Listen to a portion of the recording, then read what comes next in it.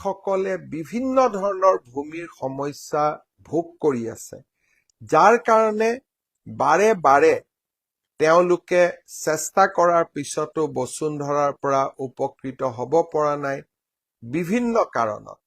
মই আপোনালোকক অনুৰোধ কৰিম এই সমস্যাসমূহ আপোনালোকে যেন চৰকাৰক অৱগত কৰে। আমি চৰকাৰে এটা বসুন্ধৰাৰ সম্পৰ্কত পৰামৰ্শ ল'বলৈ এটা পৰ্টেলৰ সৃষ্টি খুলিব খুজিছো। মই এটা সৰু উদাহৰণ দিছো। ফৰেষ্ট ৰাইটছত অধিকাৰ পাব পাৰে, গতিকে আমি চেষ্টা নিশ্চিতভাৱে কৰিব পাৰো যে অসমৰ আদিম জনগোষ্ঠী হিচাপে কেনেকে মৰাণ মটককো আমি বনভূমিত মাটিৰ অধিকাৰ দিব পাৰো। এই সমস্যাবিলাক মই আগতে নাজানিছিলো।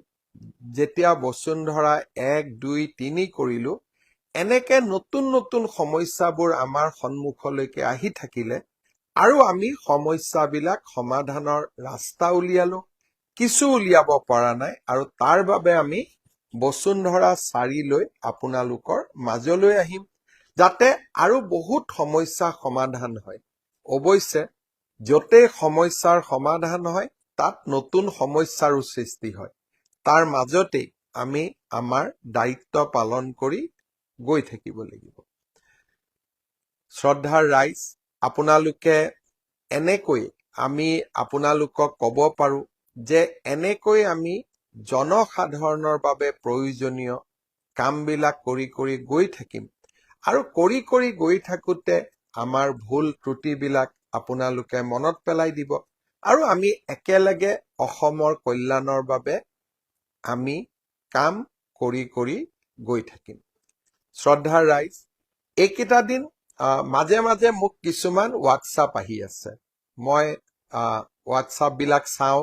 হোৱাটছআপত মোক বহুতে সুধি আছে যে ককা দেউতা নাতি আৰু হাতীত আপুনি যে হাতীৰ ওপৰত গান গাইছিলে, তেতিয়া আপোনাৰ কিমান বয়স হৈছিলে?